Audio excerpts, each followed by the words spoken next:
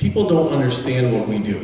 They don't understand bodybuilding. Like, look at every other industry, like the automobile industry, the food industries, whatever. They can kind of understand that stuff, but they don't understand what we do, so they kind of latch onto that negative stuff. Now, every one of those other industries have just as much, if not more, negative stuff happening, but it seems to be like people like drama, right? So when the drama happens, like Rich Piana was a very good friend of mine. When he passed away, the things that were said about him, and like it blew up the whole industry, like Dallas McCarver, the same thing. Like immediately it was like this big thing about negativity. Nobody's even paying attention to the millions of positive things that are going on. People getting involved in the sport. People like, well, don't get involved in the sport. You're gonna die like Rich Piana. It's like, what are you talking about? Like he's like a 20-year-old kid who just wants to go to the gym and learn how to bench press. You know what I mean? That's something positive. But for some reason, I guess the general public, because they really just don't, they understand baseball, football, that they don't understand bodybuilding. So if you have the opportunity to explain what bodybuilding is, competing, the fitness lifestyle, if someone's willing to listen, talk to them,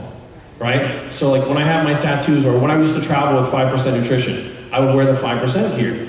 And nobody knows what, you get on the plane, if you're not involved in the sport, you don't know what 5% is. So I'd be on a plane wearing a 5% hat, I get the tattoo on my arm, I have the jersey, and every single time I was traveling, I had 5-10 people say, hey, why are you wearing 5% all over you? It would open up a dialogue. And once I explained to them that only 5% of the entire world will do whatever it takes to accomplish their goals, 95% of people will just let it go and give up, it clicked, and they were like, wow, you know, so now every time I flew, there was 10 other people that I was able to influence and explain the positive things that were going on. You know, it's like tattoos. People go, hey, what do your tattoos mean? It opens up a dialogue. Now, in 2018, tattoos are not such a big deal anymore, right?